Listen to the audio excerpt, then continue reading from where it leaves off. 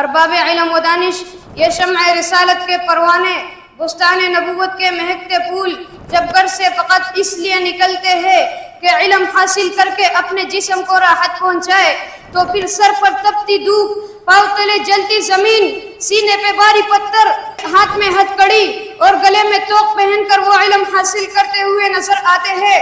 ارباب علم و حکمت، جب میں نے تاریخ کے آنکھوں میں جھانک کر دیکھا، انہی فرزندوں نے حصول علم کے لیے خواہشات نفس کو پاش پاش کر دیا۔ یہی وہ بوریاں نشی ہے جو رات کو لکڑیاں کاٹتے اور دن کو مسند نبوت کے سامنے بیٹھ کر اپنے دلوں کو نبوت کے علم سے روشن کرتے ہوئے نظر آتے ہیں۔ تو کہیں امام شافعی رحمہ اللہ 30 برس تک ٹاٹ کے اوپر ایڑیاں رگڑ کر علم حاصل کرتے ہوئے نظر آتے ہیں، تو کہیں ابن تیمیہ رحمہ اللہ مصائب و اعلام کی چکی میں پیس کر علم حاصل کرتے ہوئے نظر آتے ہیں۔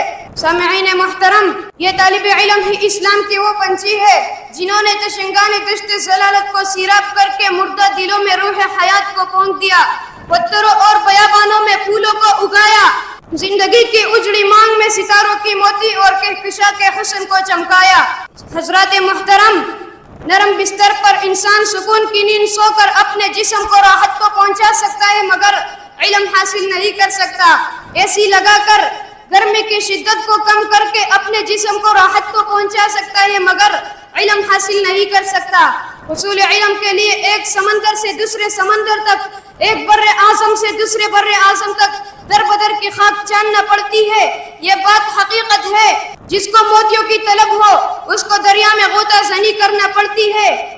سونے کو کنگن بننے کے لیے آگ میں جلنا پڑتا ہے، پتھر کو نگینہ بننے کے لیے کئی بار چکیوں میں گھسنا پڑتا ہے۔ پھول کی بھی خوشبو ہے مگر کانٹوں پہ جیون دھرنا پڑتا ہے۔ آخر میں یہی کہوں گا، طلب ہو جن کو منزل کی وہ گرداب سے گھبراتے ہیں، محدود ہو جن کا ذوق طلب وہ ساحل پر ہی رہ جاتے ہیں۔ وما توفیق الا باللہ، والسلام علیکم ورحمۃ اللہ۔